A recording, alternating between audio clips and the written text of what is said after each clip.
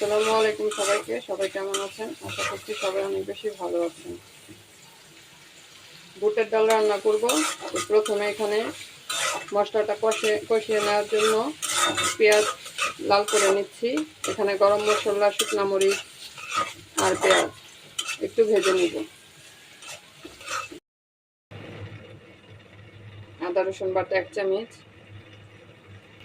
হলুদের গুঁড়া, মরিচের গুঁড়া, ধনিয়া গুঁড়া, গরম মশলার গুঁড়া, মাংসের মশলা, লবণ দিয়ে দিয়েছি। লবণটা স্কিপ হয়ে গেছে। এখন ভালো করে মশলাগুলো একটু কষিয়ে নেব।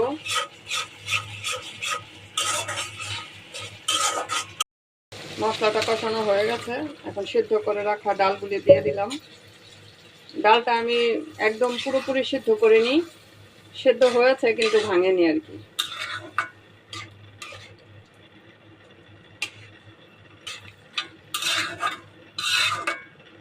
একটু কষিয়ে নিব, তারপর পানি দিয়ে দিব।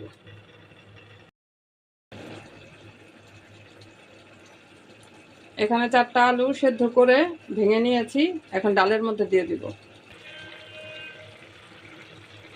ডালের মধ্যে ভেঙে আলুটা দিলে ঝোলটা মানে ডালের ঝোলটা আছে সেটা খেতে অনেক ভালো লাগবে, গাঢ় হবে।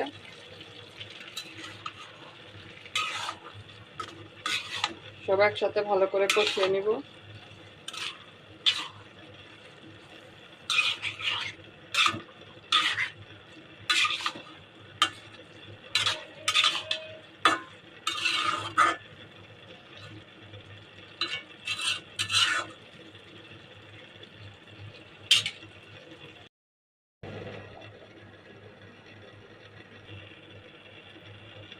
পানি দিয়ে বলক আনিয়ে নিয়েছি।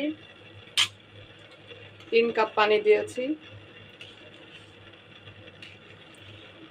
আর একটু ডাল ঘুটনি দিয়ে একটু হালকা করে ঘুটে দিয়েছি, আধা ভাঙা করে দিয়েছি ডালগুলি।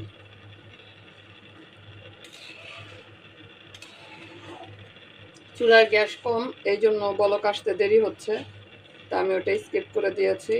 ঢেকে তাড়াতাড়ি বলক আনিয়ে নিয়েছি।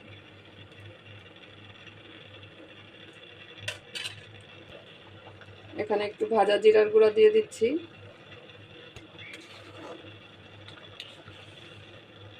ডালটা ঠান্ডা হলে কিন্তু আরো ঘন হয়ে যাবে।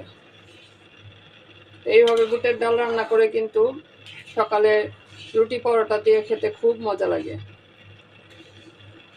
আপনাদের কাছে এরকম বুটের ডাল রান্না করে খেতে ভালো লাগে নাকি কমেন্টে অবশ্যই জানাবেন। আর আমার এই আজকের ছোট্ট ভিডিওটা আপনাদের কাছে কেমন লেগেছে সেটাও জানাবেন। রান্না বান্না করে সবাই ব্যস্ত সময় কাটাচ্ছে।